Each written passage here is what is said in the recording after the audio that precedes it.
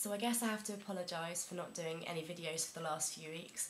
I've just moved back from uni last Monday and I've been quite ill in between, so I'm sorry if my voice gives out a little bit during this, but I'll get these videos back up and running again every week. So lots to tell you about, obviously really busy summer, what with the Green Lantern etc coming out and the developments with the Hobbit and everything, so stick with me and I'll keep you updated.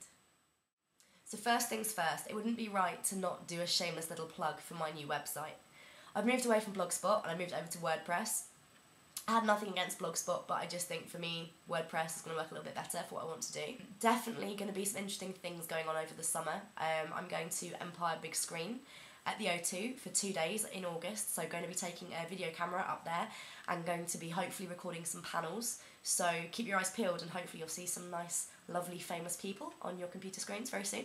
But the same things will be on there. I mean, I'm trying to learn to write reviews because my review writing is horrific, so there'll be things up there. I'm going to be putting up X-Men First Class review by the end of the week, and I've already got Win-Win with Paul Giamatti review up there. So please give it a look. If you are a WordPress member, please join. If you haven't already followed me on Twitter, please join as well. It would mean the world to me, and I'm really, really grateful for everyone who watches these videos, as you know. Now, the lucky people over in America, they get J.J. Abrams and Steven Spielberg's Super 8 coming out really, really soon. And unfortunately for us, we have to wait till August, and I don't see how we're meant to keep everything secret and how we're not meant to hear everything about the alien, etc. when they get it. So I'm keeping my fingers firmly placed in my ears until then. But we've just heard from JJ that Star Trek 2 is finally going to be his next film, and he's not filming it in 3D, which is great news as far as I'm concerned. I think he's really going to try and buck the trend here, obviously, and obviously the last Harry Potter's coming out in 3D, and The Hobbit is as well, but I think they're really special, massive, you know, momentous moments in cinema, so I'll let Peter Jackson off, obviously, but it's really exciting to finally know that we're going to get this, because I love the first Star Trek, and I think JJ is such a brilliant visionary director, so this is really great news. And obviously there's not really any news on the script yet, but well, there is, but I mean the fact that they were trying to sort it out. We haven't got a definite idea of what's going on, but obviously as soon as I know I'll tell you. But this is great news, so let me know what you think about the idea of 2D. I know a few people I've spoken to are not so happy. They kind of thought that this is the kind of thing where 3D is definitely needed out in space and it could be used to the best effect, but let me know what you think. Now, we've had some Bond 23 Bond girl rumours this week. We've heard that potentially Naomie Harris, the British actress, could be in the frame. Now, most of you will probably know her best as Tia Dalma, the character from the last two, apart from Stranger Tides, the 2 and 3 Pirates of the Caribbean films. But she was also in Danny Boyle's 28 Days Later, and she does a lot of British TV and stage work. So this is good news, because as I said, there was some word about Rachel Weisz, and these are all rumours, but I think she'll be a brilliant fit, and I'm really excited to see Sam Mendes' vision for Bond 23. Obviously he did Jarhead, so he has got that war experience, but he's only actually directed 8 pieces, so he obviously had Revolutionary Road and he had American Beauty, so he can definitely handle emotion, he can definitely handle some really big actors like, you know, Kate Winslet and Leonardo DiCaprio and Kevin Spacey, so he's absolutely fine. I hope Javier Bardem and Ralph Fiennes are on board. It's still rumoured, so I think we'll find out quite soon, but this is great news about Naomie Harris. I really hope that's true. I think she's a fantastic British actress, and apart from Pirates, I don't think she's really hit as big bigger market as she could. I think this would be a really good opportunity for her, and I think that she can handle it, so we'll see what happens, and as I said, looking forward to seeing what Sam Mendes has to offer. Tron Legacy made over $400 million worldwide at the box office, but apparently this isn't enough to automatically warrant a sequel in the franchise. However, David DeGilio has been hired as a scriptwriter for the 3rd outing in the series, but apparently this might not happen. There's a massive Disney series called Tron Uprising that they've been doing, and Elijah Wood actually voices the main part in it, and that's going to be on Disney XD next year, and apparently it all depends on, well, a lot of it depends on how well that goes down. Obviously I'm guessing they want to make sure that, you know, younger people can buy into the franchise and that they're still interested, so maybe they're worried that if they do release another film that interest may have dwindled and that it won't make as much money, but I think that's a shame, because actually I really did enjoy Tron Legacy. It wasn't an amazing film, but I thought the idea was incredible. I mean, it's the script obviously that let it down, and it treated original fans of just the original Tron maybe that they didn't quite understand what was going on, and it was a bit like it was trying to force it down your throat. But I thought, as far as the visuals went, it was just stunning, and the Daft Punk soundtrack was amazing, and Michael Sheen was the best part of it for me. But I think it's a shame. I think it definitely deserves a new one, and I think the market's out there. So many people that I know actually put, not me, but so many people that I know, they put Tron Legacy in their top 5 films of last year. So it's a lot more people than I thought would have done. So I definitely think it's got a market, and I think it'd be a real shame if they cut it off now. And for me, especially, I was so excited when I saw Cillian Murphy in his little uncredited cameo. I nearly jumped off my seat. And I was so expecting that the only reason they planted him there as a sort of glorified Easter egg was because he would definitely be in the next one, and that would be how it carried on. But obviously that's not to be the case. Maybe it will be, but Cillian's obviously a very, very in-demand actor, so I guess we'll just have to wait and see.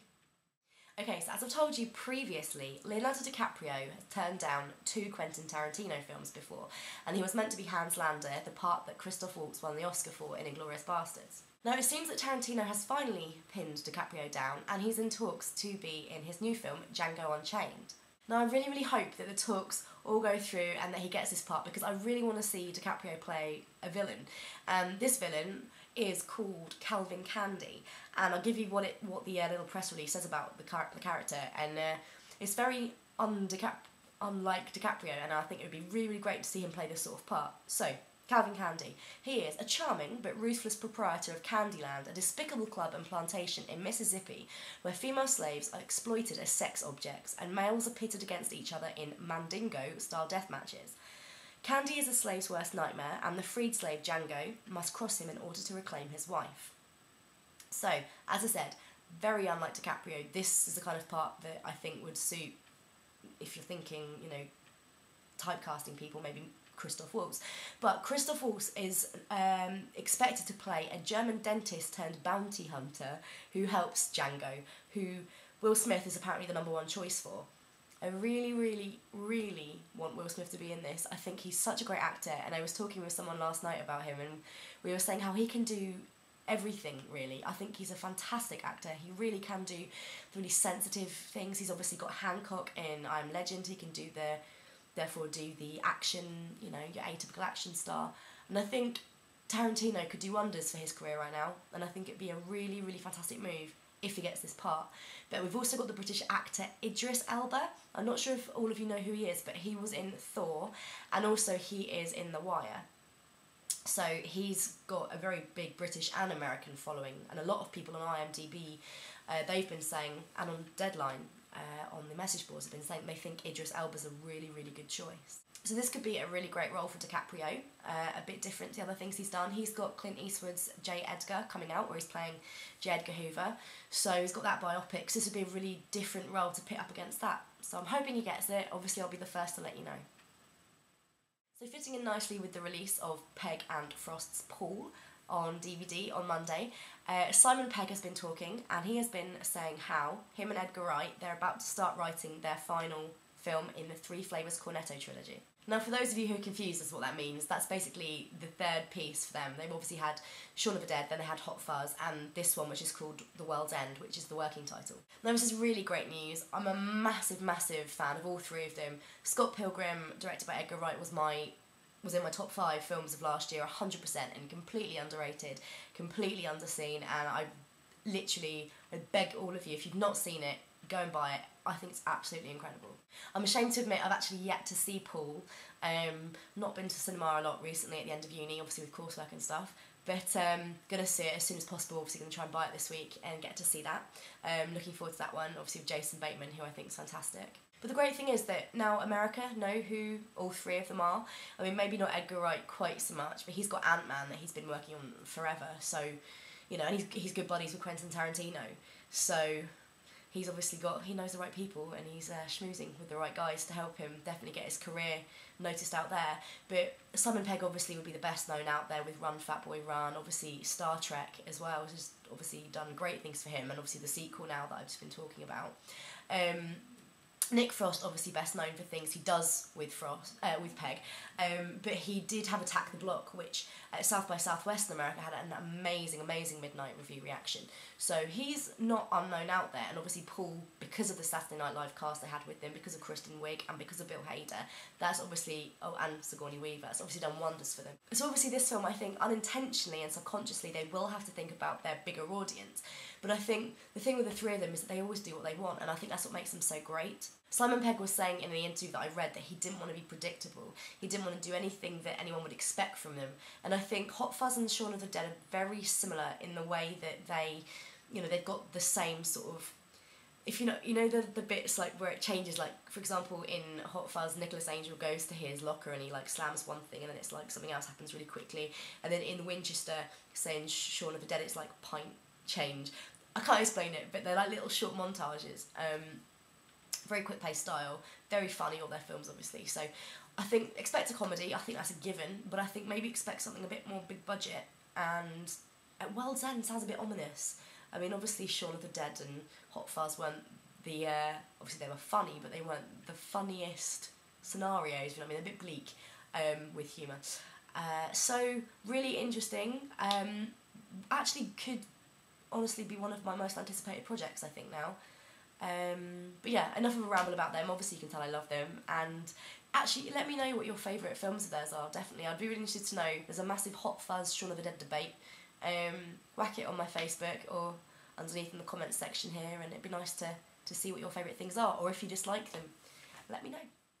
Okay, so to wrap up, I've got a lot of trailers and clips and things this week, so bear with me. I've got another Horrible Bosses trailer, I've got a Super 8 trailer, a Fright Night trailer with extra added David Tennant, the Guard trailer, a Lucky trailer with Colin Hanks, and a web-only trailer for his dad, Tom Hanks, Larry Crown. Oh, and I've also got an In-Betweeners teaser trailer for all of you who love that British TV series. Okay, and posters, I have got the first Spy Kids 4 poster, I have also got a Super 8 poster, I've got the first poster for Our Idiot Brother, which is Paul Rudd, and I've got pictures and poster for Pixar's new short, La Luna.